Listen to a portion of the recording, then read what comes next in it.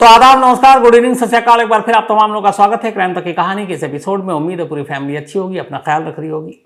आज की कहानी शुरू करूं उससे पहले आपको बता दूं कि कुकू एफएम ऐप पर भी तमाम तरह की कहानियां आती हैं, आपके मनपसंद की कहानियां, अलग अलग सब्जेक्ट की कहानियां। तो आप अपने शौक की कहानियां वहां सुन सकते हैं। क्राइम तक फैमिली के लिए क्राइम 50 है, डिस्क्रिप्शन पे लिंक है, उसमें ज़्यादा जानकारी है। और ऐसी तमाम अनगिनत कहानियों में एक कहानी है ठग बहराम की, जो शायद देश का सबसे बड़ा सीरियल किलर भी है। तो वो कहानी भी वहाँ मौजूद है। तो जब भी आपका जो सुनने का मन करे तो कुकू एफएम ऐप पर आप जाकर अपने मनपसंद की कहानियाँ सुन सकते हैं। अब आते हैं आज की कहानी के ऊपर। आज की कहानी थोड़ी डिफरेंट और बहुत सारे लोगों ने काफ़ी वक्त से, बल्कि अब तो मैं भूल गया, बहुत पहले भी मेल आते थे और अभी हाल में बहुत सारे आए तो मैं टालता रहा, लेकिन मैंने कहा आज दिलचस्प कहानी है इसलिए आपको सुनाता हूँ। दुनिया के जितने भी राष्ट्र अध्यक्ष होते हैं, आपको ये पता है कि वो एक साथ ट्रैवल नहीं करते। जैसे अमेरिकी प्रेसिडेंट है, तो अगर अमेरिकी प्रेसिडेंट किसी सफ़र पे हैं, किसी दूसरे देश जा रहे हैं या अपने ही देश में जा रहे हैं, एक शहर से दूसरे शहर जा रहे हैं, तो वो एक ही प्लेन में नहीं बैठेंगे और एक साथ नहीं जाएंगे। इसकी वजह क्या है? इसकी वजह ये है कि अगर ऊपर वाला ना करे कोई ऐसा हादसा हो तो दोनों की मौत एक साथ ना हो, ताकि जो सरकार है, सिस्टम है, वो सुचारू रूप से चल सके ईजिली। तो इसीलिए एक साथ ट्रैवल नहीं करते। और ये बहुत सारे देशों की बातें हैं, अपने यहाँ भी है। जैसे जितने भी राष्ट्र अध्यक्ष हैं, प्राइम मिनिस्टर हो, प्रेसिडेंट हो, प्रोटोकॉल भी है। वो अलग प्लेन में जाएंगे, वो अलग प्लेन में जाएंगे। तो बल्कि ये भी है कि प्राइम मिनिस्टर की प्लेन में कौन कौन बैठ सकता है, प्रेसिडेंट के प्लेन में कौन बैठ सकता है, डूज एंड डोंट्स हैं। लेकिन एक साथ सफ़र नहीं करते, इसीलिए कि अगर ऐसा कुछ हो, कोई हमला हो, कोई तकनीकी खराबी हो, तो जो पूरा शीर्ष नेतृत्व है वो कम से कम बचा रहे कुछ, ताकि उस क्राइसिस की घड़ी में देश को आगे बढ़ा सके। अब ये देश सरकार यहाँ तक तो समझ में आती है, बट क्या आपने कभी सोचा है कि कोई एक ऐसी कंपनी हो और उस कंपनी के पास एक ऐसा फॉर्मूला हो जो किसी को पता ना हो सिवाय उस कंपनी में दो लोगों को छोड़कर। और वो फार्मूला सिर्फ उन दो लोगों को पता नहीं है, बल्कि जिन दो लोगों के पास ये फार्मूला है, ये वो जानते हैं उसकी रेसिपी, वो दोनों कौन है ये बाकी लोगों को पता ना चले। मतलब एक तो फार्मूला सीक्रेट, ऊपर से ये फार्मूला दो लोगों के पास है, वो दो लोग कौन है ये भी किसी को ना पता हो। और वो दो लोग जिनके पास ये फार्मूला है वो सेम इसी तरह अलग अलग देशों के राष्ट्र अध्यक्ष की तरह, जैसे अमेरिकन प्रेसिडेंट और वाइस प्रेसिडेंट की तरह, कभी एक साथ ट्रैवल नहीं करेंगे, एक साथ सफ़र नहीं करेंगे। क्यों? अगर कुछ हो गया तो फिर फार्मूला तो उन्हीं दोनों को पता है, उन्हें ही मालूम है उन्होंने कहाँ रखा है और उसकी जानकारी क्या है। तो फिर आगे ये फार्मूला कैसे पहुँचेगा, कंपनी कैसे चलेगी? तो बहुत सोच समझ कर ये सारे फैसले लिए गए। आज भी इस कंपनी के इस फार्मूले को लेकर बहुत सारी बातें होती हैं। कोई कहता है बहुत ही खुफिया ठिकाना है, किसी गुफा में है, कहीं और है, किसी तिजोरी में है, मालूम नहीं इसका फार्मूला कहाँ है। मैं बात कर रहा हूँ कोल्ड ड्रिंक, ये फिर ये कि हमारे यहाँ एक ऐड भी आया था, ठंडा बोले तो Coca Cola, Coca Cola company की। एक रिसर्च और रिपोर्ट ये भी है कि इस पूरी दुनिया में एक नाम जो सबसे ज़्यादा लोग जानते हैं, कोई भी एक नाम जिसके बारे में सबसे ज़्यादा पूरी दुनिया के लोगों को पता है, करीब 6 अरब आबादी है दुनिया की, और उन 6 अरब लोगों में से एक नाम जो दुनिया के ज़्यादातर अलग अलग भाषा, बोली, इलाके में रहने वाले लोग जानते हो, तो बताया गया था कि वो एक नाम है कोका कोला। कोका कोला से ज़्यादा नाम इस दुनिया में कोई जानता ही नहीं है। तो अब सोचिए कि ये कंपनी कैसी होगी। कोका कोला की पूरी कहानी क्या है, ये कैसे शुरू हुआ, कैसे आगे बढ़ा, और क्यों इसकी रेसिपी को इतना सीक्रेट रखा जाता है, ये सारी कहानी आपके सामने। लेकिन उससे पहले एक थोड़ी सी हल्की सी इसकी झलक बताता हूं। करीब 2 अरब बॉटल कोक के, अलग अलग उनके बहुत सारे प्रोडक्ट्स हैं, लिक्विड, हर रोज दुनिया में खपत होती है। 2 अरब बॉटल के करीब हर रोज मैन्युफैक्चर होता है, तैयार होता है, बनता है। सोचिए 2 अरब बॉटल, अगर उस हिसाब से देखें तो हर सेकंड करीब 19,500 करीब के आसपास बॉटल एक सेकंड में कोक के 19,500 बोतल तैयार होते हैं और पर डे 24 आवर्स में करीब 2 अरब बोतल बनते हैं। दुनिया में जितनी भी लिक्विड पीने वाली चीज़ हैं उसमें 3.1% शेयर कोका कोला के अलग अलग प्रोडक्ट्स का है। जो लिक्विड फॉर्म में कई प्रोडक्ट्स हैं कोका कोला के, कई देशों के अलग अलग कोला कंपनियों को उन्होंने खरीद कर अपने साथ कर लिया। कहते हैं कि कोका कोला के इतने सारे प्रोडक्ट्स हैं लिक्विड कि अगर एक शख्स इस दुनिया में एक उनके उस प्रोडक्ट को पिए तो उसके हर प्रोडक्ट को पूरा कंप्लीट करने में, पीने में उसको 9 साल लगेंगे। अगर ये भी कहते हैं कि कोका कोला एक कंपनी ना होकर एक देश, एक कंट्री होता तो जो उसकी आमदनी और जीडीपी है पूरे दुनिया में उसकी रैंक 84 होती, लेकिन ये कंपनी है, सोचिए देश नहीं है। दुनिया का हर चौथा इंसान कोका कोला पीता है, ये भी एक रिसर्च है। एप्पल और माइक्रोसॉफ्ट जैसी कंपनी दुनिया की सबसे अमीर महंगी कंपनियों में से एक, जो खूब ऐड देते हैं, इनसे ज़्यादा ऐड कोक देता है। और जितने बड़े आप टूर्नामेंट और वो देखिए कोका कोला उसमें बहुत सारे थे। हालांकि इसी मुझे याद आया जो काफ़ी सोशल मीडिया पे भी था, रोनाल्डो जो फुटबॉलर सुपरस्टार प्रेस कॉन्फ्रेंस कर रहे थे, सामने कोक की बोतल रखी थी, उन्होंने हटा दिया था कि इससे सेहत ख़राब होती है और पानी की बोतल रखा, जिसके बाद एक चलन हो गया, बहुत सारे लोगों ने रखना शुरू किया। अपने देश में तो खैर पान पराग और गुटखा बाकी चीज़ों के भी अपने बड़े बड़े सितारे जो हैं, फिल्मी सितारे, वो ऐड करते हैं। और यहाँ एक इतना बड़ा फुटबॉलर और वो कोक जैसी बड़ी और ताकतवर कंपनी के प्रोडक्ट को अपने सामने से हटा देता है, और हटाता है उसके बाद अगले कई दिनों तक उनका शेयर जो है बुरी तरह से गिर जाता है।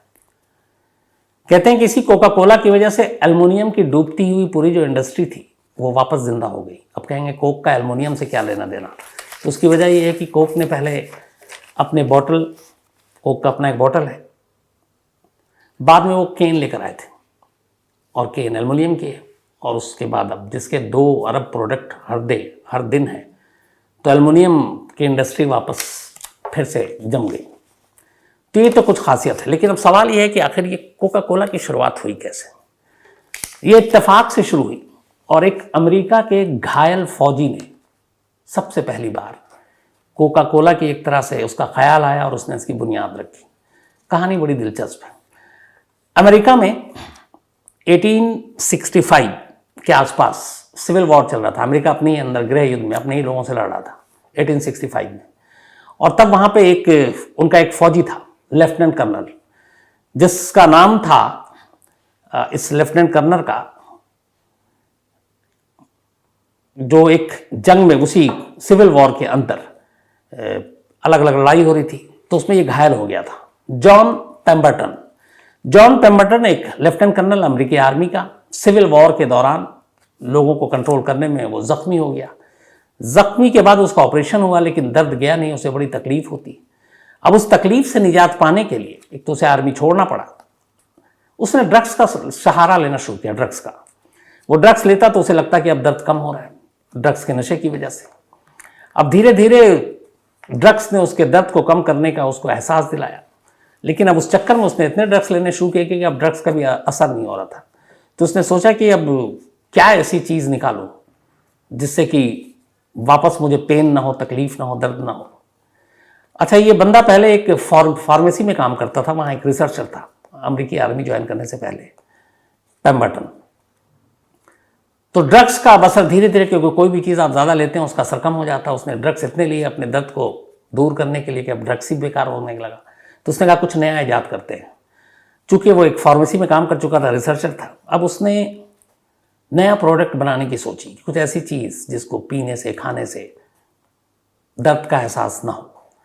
अब उसने बहुत सारे ऐसी रिसर्च करना शुरू किया।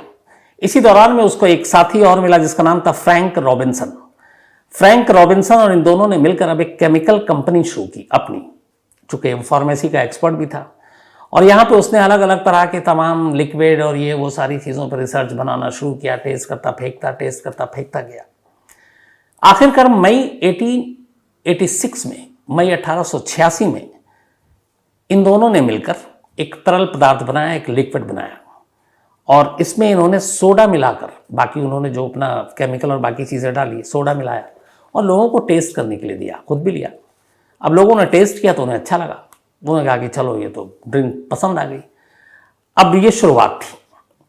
अब उसके बाद धीरे धीरे जब लोगों को पसंद आया तो इन्होंने उसमें बाकी चीज़ें मिलानी शुरू की, जिसमें कोका पत्ती एक वहाँ पे उगती है, वो कैफीन वाले जो सिरप का नुस्खा था उसमें से कुछ नुस्खा इन्होंने उठाया और फिर इन दोनों को मिलाने के बाद अब एक नया ड्रिंक तैयार किया। और तब पहली बार फ्रैंक ने ही इस ड्रिंक का नाम रखा कोका कोला, क्योंकि ये कोरा अखरोट के कोका पत्ती को इसमें मिलाया था, तो वहां से उन्होंने कोक उठाया और इस प्रोडक्ट का नाम रखा कोका कोला।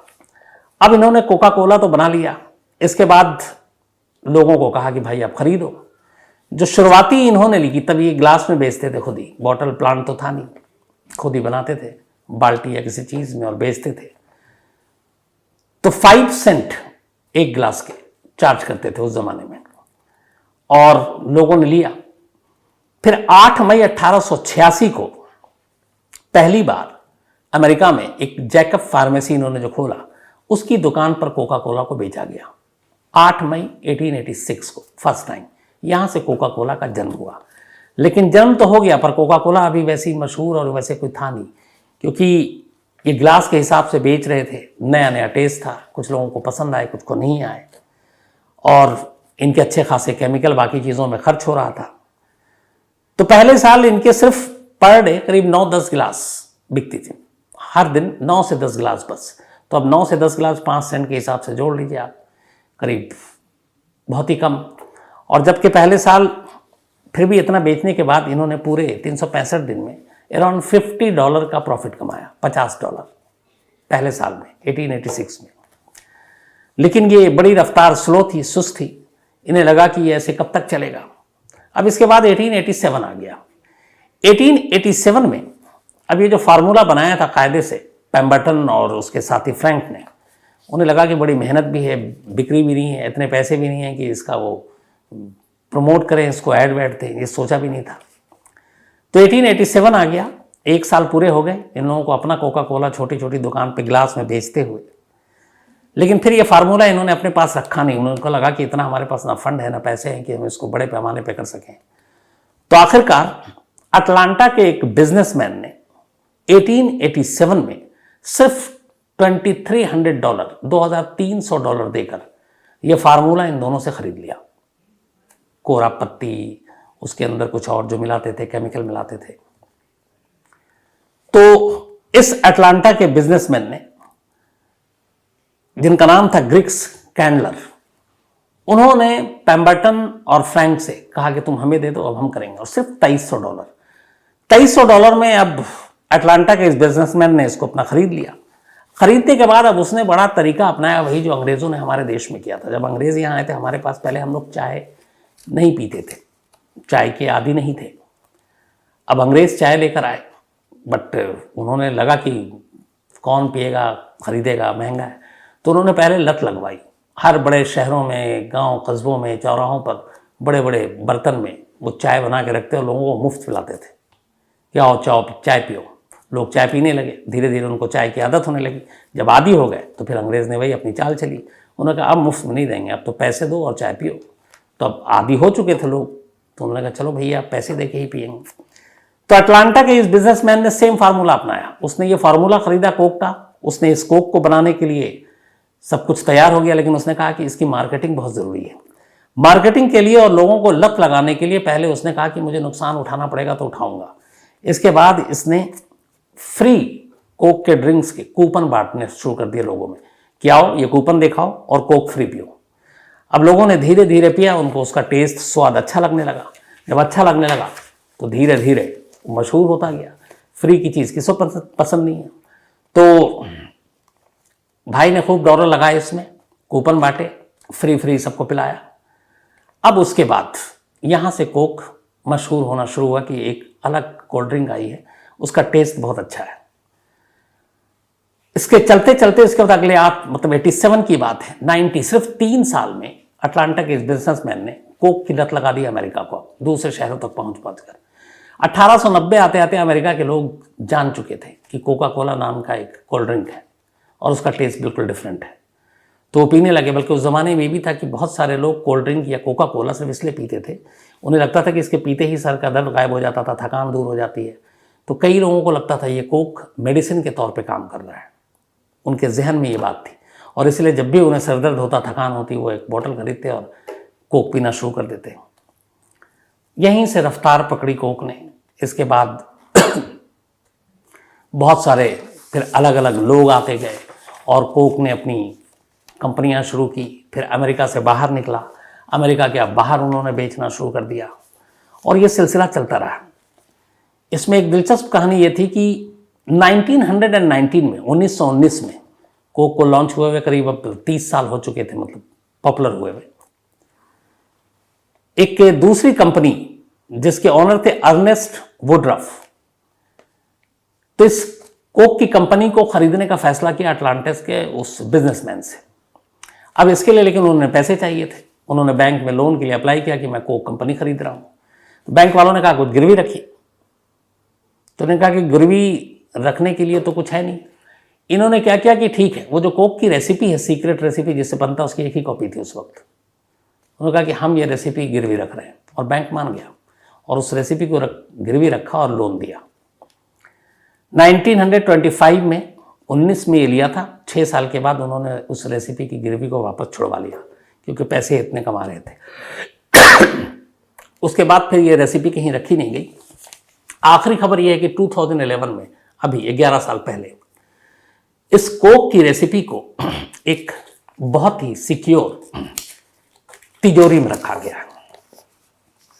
अब सवाल यह है कि कोक की इस रेसिपी में ऐसा क्या है जिसको कोक वाले बताना नहीं चाहते हैं, और इस रेसिपी को इतनी खुफिया तरीके से रखने का मकसद और मतलब क्या है।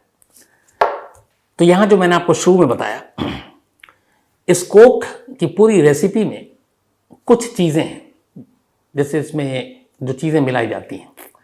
बाकी तो सब पता है कौन सा कंटेंट्स कितना है क्या है, लेकिन एक खास फ्लेवर और टेस्ट वो दुनिया में किसी को नहीं मालूम। अब कोक ने अपने बोतल का भी पेटेंट करा रखा, जो कांच की बोतल आती है, आपने देखा हो, उस तरह का बोतल फिर किसी और के नहीं, उन्हीं के नाम पे पेटेंट है वो। तो बहुत बार ये सवाल उठा कि कोक अगर अपनी रेसिपी को पेटेंट करा ले तो नुकसान क्या है, कोई यूज़ तो और कर नहीं सकता। लेकिन उसमें कई कानूनी अड़चन है कि एक ख़ास मुद्दत के बाद फिर वो लोगों तक पहुँचेगा। इसी में कहानी ये भी है कि इंडिया में कोक 1952 में आ गया था, लेकिन फिर 77 में इमरजेंसी के बाद जब सरकार आई तो कोक ने हिंदुस्तान छोड़ दिया था। उसकी वजह यह थी कि कुछ नए कानून आ गए थे, और उस नए कानून के तहत कुछ ऐसी चीज़ें थी कि कोक कंपनी को अपनी जो है भारतीय जिसके साथ कोलैबोरेशन के साथ बेचना था, तो कुछ हिस्सेदारी उनको देनी थी। और फिर उसी लाइसेंस के तहत उनको, जब लाइसेंस यहाँ पे वो भेज रहे हैं सब कुछ, तो उनको ये रेसिपी का फार्मूला भी बताना था। तो कोक ने कहा कि हम अपनी रेसिपी का फार्मूला तो नहीं बताएंगे, देश ज़रूर छोड़ देंगे, और उन्होंने इंडिया छोड़ दिया। फिर वापस 90s में आए थे कोक। तो कहते हैं कि कोक की जो रेसिपी है, वो रेसिपी की वजह से ही कोक का टेस्ट है। और कोक जितने भी मालिकान हुए अब तक, जिसने खरीदा वो रेसिपी के आगे देता गया, और इस रेसिपी को वो बहुत ही खुफिया तरीके से रखते हैं। और सिर्फ 2 लोग ऐसे होते हैं जो फाइनल उसमें क्या डालना है वो निकलता है और वो जाता है, और वो किसी को पता नहीं होता है। और हर बार ये होता है कि 2 ही लोग होंगे जिनको इस रेसिपी के बारे में पता होगा कि ये रेसिपी कहाँ है, कहाँ रखा हुआ है, इसमें क्या है। और वो 2 लोग कौन होंगे? ये होंगे कंपनी के ही। अब मालिकान के घराने के होंगे या क्या, लेकिन कंपनी के होंगे। लेकिन वो 2 कौन होंगे उनको भी खुफिया रखना पड़ेगा कि उनके नाम नहीं जाहिर होंगे कि इन दोनों को रेसिपी पता है, कि क्या पता कल किडनैप हो जाए, कुछ और हो जाए। दूसरा, ये दोनों कभी एक साथ सफ़र नहीं करेंगे। तीसरा, अगर इनमें से किसी एक की मौत हो जाए तो इन दोनों को कहा जाता है कि आप अपना उत्तराधिकारी पहले चुन लो, कि अगर आपको कुछ हो गया तो आपके बाद ये रेसिपी किसके पास जाएगी। तो अपना उत्तराधिकारी चुन लेते हैं पहले ही मरने से, और फिर ये रेसिपी उनको आगे पास कर दी जाती है। तो इस तरीके से इस रेसिपी को ये आगे पीछे करते रहते हैं। अब जब ये इंडिया में आया कोक, उसके बाद चला गया, फिर 90s में आया। कोक ने ये किया कि हर दुनिया में जो अलग अलग लोकल प्रोडक्ट्स होते हैं, जैसे अपने यहाँ बहुत सारे प्रोडक्ट थे, आपको याद होगा एक कैंपा कोला, पहले अपने यहाँ बहुत चलता था। 77 के बाद जब कोक लौट गई, यहाँ से हिंदुस्तान छोड़ दिया, तो इन सब की भरमार थी। और उस वक्त एक बहुत मशहूर था कोका कैंपा कोला, मुझे याद है कनॉट प्लेस में उसका एक बिल्डिंग भी है, प्लांट भी है, बल्कि मैं गया हूँ कई बार, क्योंकि एक मेरे दोस्त हैं, उनके फादर वहाँ काम करते थे। तो कैंपा कोला था, थम्स अप, ड्यूक, यहाँ तक कि उस वक्त कहते हैं कि गवर्नमेंट की तरफ से भी एक कोल्ड ड्रिंक लॉन्च की गई थी और उसका नाम था 777। तो 777 भी था, हालांकि वो चला नहीं, लेकिन बाद में जब कोक कमबैक करती है 90s में यहाँ, तो कोक का यही है कि मार्केट पे कब्जा करने के लिए छोटी मोटी जो कंपनियां हैं वो तो हटेंगी। तो कैंपा कोला को कोका कोला ने खरीद लिया और अब वो अपने ब्रांड से सब कुछ बेचने लगी। तो आज भी कोका कोला दुनिया के सबसे बड़े जो कोल्ड ड्रिंक है, तरल पदार्थ बेचने वाली कंपनी, उनमें से एक, सबसे ज़्यादा कमाई करने वाली और दुनिया के सबसे ज़्यादा देशों में सबसे ज़्यादा लोगों तक पहुंच रखने वाली कोई एक प्रोडक्ट वो कोका कोला है। और इसीलिए कहते हैं कि शायद सबसे ज़्यादा नाम जो ज़ुबान पर है, चाहे वो अफ्रीकन हो, अमेरिकन हो, दूर दराज के हो, नाइजीरियन हो, पाकिस्तानी, हिंदुस्तानी, किसी भी देश का जितने आपको नाम याद हो सकता है, 200 से ज़्यादा कंट्री, हर जगह इनकी दखल है। हाँ, एक नॉर्थ कोरिया में इसके ऊपर रोक है, कोका कोला के ऊपर। तो नॉर्थ कोरिया में कोका कोला नहीं बेच सकते आप। और इसके अलावा एक और देश है, दुनिया में सिर्फ 2 ही देश हैं जहाँ पे कोक पे बैंड है, एक नॉर्थ कोरिया और दूसरा क्यूबा। यहाँ पे कोका कोला आप नहीं पी सकते और ना आप बेच सकते हैं। अब उसकी अलग अलग वजह है, लेकिन यही 2 ऐसे देश हैं। इसके अलावा बाकी पूरी दुनिया में कोक का नाम, मुझे लगता है कि जितने आप लोग कभी ना कभी कोल्ड ड्रिंक ज़रूर पियोगे। हालांकि बाद में ये होता है बात कि कोल्ड ड्रिंक कम पियो, बच्चों को हम लोग दूर रखते हैं, बहुत चीज़ें हैं क्योंकि सेहत से खिलवाड़ भी है, तो ये फैक्ट है। तो वैसे भी कोल्ड ड्रिंक कम पीनी चाहिए। ये मैं सिर्फ इसलिए कह रहा हूँ कि कोक की कहानी सुनानी थी, ऐसा ना लगे, तो मैं खुद कह रहा हूँ कि पानी सबसे बेस्ट है, पानी पीजिए। कोका कोला हो चाहे फिर कोई भी कोला हो, कोशिश करें कि ना ही पिए तो बेहतर है, क्योंकि जो चीज़ सेहत के लिए अच्छी नहीं फिर उससे क्या आप पीना। तो आज कहानी में इतना ही, बताइएगा ज़रूर, क्योंकि आप लोग बहुत सारे लोग इसकी एक तो फरमाइश की थी, फिर कहते थोड़ा डिफरेंट कहानी सुनाएं। और हाँ, एक बात और बता दूं उससे पहले, जो बिहार में 4 लोग लास्ट ट्यूसडे को करीब 28 किलोमीटर तक गोलियां चलाते हुए गए थे, 10 लोगों को गोली मारी, 1 की मौत हो गई, उन 4 को बिहार पुलिस ने पकड़ने का दावा किया है और ये कहा है कि ये दहशत फैलाने के लिए ऐसा कर रहे थे। लेकिन बहुत सारे सवाल जर्नलिस्ट ने पूछा तो बिहार पुलिस के पास उन सवालों के भी पुख्ता जवाब नहीं थे। और उनकी प्रेस कॉन्फ्रेंस को देख के मुझे ऐसा लगा कि शायद अभी खुद ही उन्हें ही पता नहीं है कि इन सब का मकसद और मतलब क्या था, ये पूरी तरह से क्या है, क्यों कर रहे थे। शायद अभी गिरफ्तार हुए हैं, पूछताछ हो, उसके बाद उन्हें वक्त मिले तो बताएं। लेकिन अभी आधा अधूरा खुलासा हुआ और लाइन में एक यही है बिहार पुलिस का कि ये सिर्फ दहशत फैलाने के लिए कर रहे थे। बाकी अभी जो खबरें निकल कर आएंगी तो डिटेल आपको ज़रूर बताऊंगा। बट आज की कहानी खत्म करूं उससे पहले वही अपना सिलसिला, आज आकाश साहू छत्तीसगढ़ से, इनका जन्मदिन है, तो हैप्पी बर्थडे आकाश। प्रीति वानखेड़े, इनका भी आज बर्थडे है, तो हैप्पी बर्थडे प्रीति। और अश्वनी भावसार जी ने भेजा है। साथ ही पायल बेन हिरेन भाई भदार का, अच्छा खासा नाम है इनका, लंबा चौड़ा, पर मुझे लगता है पायल बेन इनका नाम ठीक है। तो पायल बेन जी हैप्पी बर्थडे। और ये हिरेन भाई इनकी वाइफ हैं, तो बहुत बहुत बधाई एंड हैप्पी बर्थडे। और राजकोट से हैं। और एक और बात भी है, पायल बेन, अरे नमस्कार, मैं तो भूल गया, इन्होंने लिखा है कि ये राजकोट सेंट्रल जेल में है, पोस्टेड है। तो कभी आया अगर राजकोट सेंट्रल जेल तो पायल बेन जी आपसे ज़रूर मुलाकात होगी। एडवेंचरस नौकरी होती है जेल के अंदर की, तो कभी मुलाकात ज़रूर होगी। कृष्ण चौधरी, बल्कि कृष्णा चौधरी जी, इनका भी आज जन्मदिन है, हैप्पी बर्थडे कृष्णा जी। और ये वीर चौधरी जी की पत्नी है। साथ ही आयुष पौडेल, इनका भी आज बर्थडे है, ये नेपाल से हैं। और विकास पौडेल ने भेजा है, तो हैप्पी बर्थडे आयुष। अंशु गुप्ता सिसोदिया, बल्कि हाँ, अंशु गुप्ता सिसोदिया का भी आज जन्मदिन है, तो हैप्पी बर्थडे अंशु जी, आप हमेशा अच्छी रहें। और संजय सिसोदिया साहब ने भेजा है, हालांकि ये बर्थडे इनका कल है 17, लेकिन एडवांस में हैप्पी बर्थडे, ताकि भूल ना जाए, गलती ना हो जाए। तो हैप्पी बर्थडे अंशु गुप्ता एक बार अगेन। इसके अलावा जोईता दत्ता, इनका भी जन्मदिन है, तो हैप्पी बर्थडे जोईता। ये क्राइम तक फैमिली की पुरानी मेंबर भी हैं।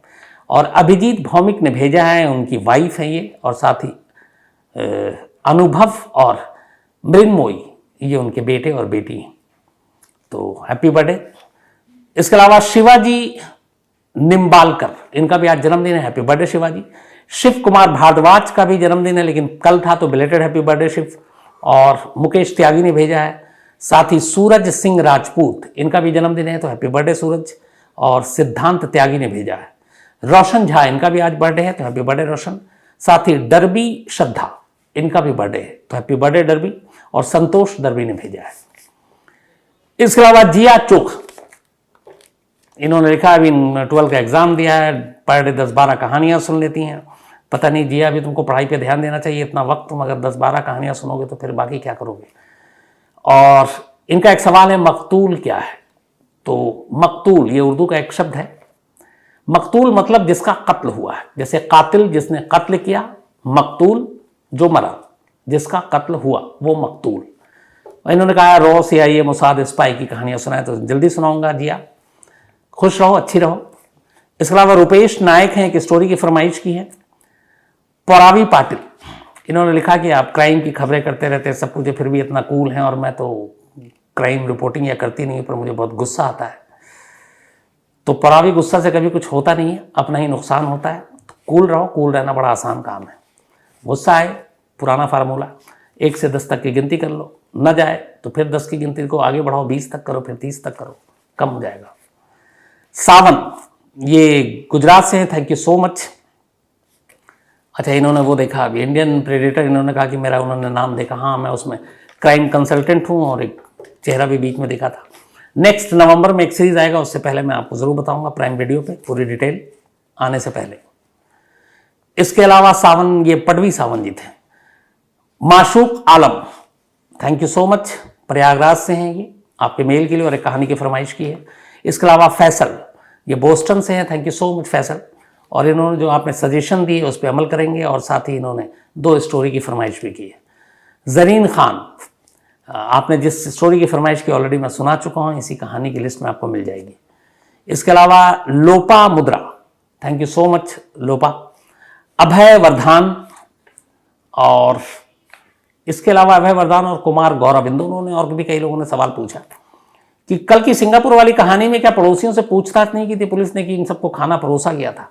तो पड़ोसियों से पूछा गया था, उन्होंने कहा हमें खाना तो खिलाया गया था, पर हमें नहीं मालूम कि खाना क्या था, क्योंकि उसमें तो वेज था, सब्जी थी और करी थी, तो हमें कोई आइडिया नहीं। तो ये पूछताछ हुई थी। और दूसरा, एक लोगों ने पूछा बहुत सारे कि ये मुखबिर को कैसे पता चला कि डिटेक्टिव को उसने जाकर बताया कि दिसंबर में 84 में ऐसा एक मर्डर 3 भाइयों ने किया है। तो उस मुखबिर ने, इसलिए जो पुलिस का खबरी था वो कहीं बैठा हुआ था, और जहाँ पे ये तीनों बैठे हुए थे, ये लोग शायद ड्रिंक कर रहे थे, और उसमें उन्होंने उसका जिक्र किया, उसके कानों तक बात आई, और तब उसने जाकर आगे बताई थी बात।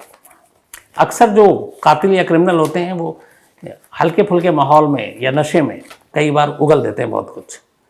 यशपाल बिश्नोई, सही लिखा आपने यशपाल जी, आपके पूरा मेल पढ़ा मैंने ऊपर से नीचे तक, और आपकी बातों से सहमत हूँ। आपकी इस बिरादरी और समाज में जो काम किया उससे भी सहमत हूँ।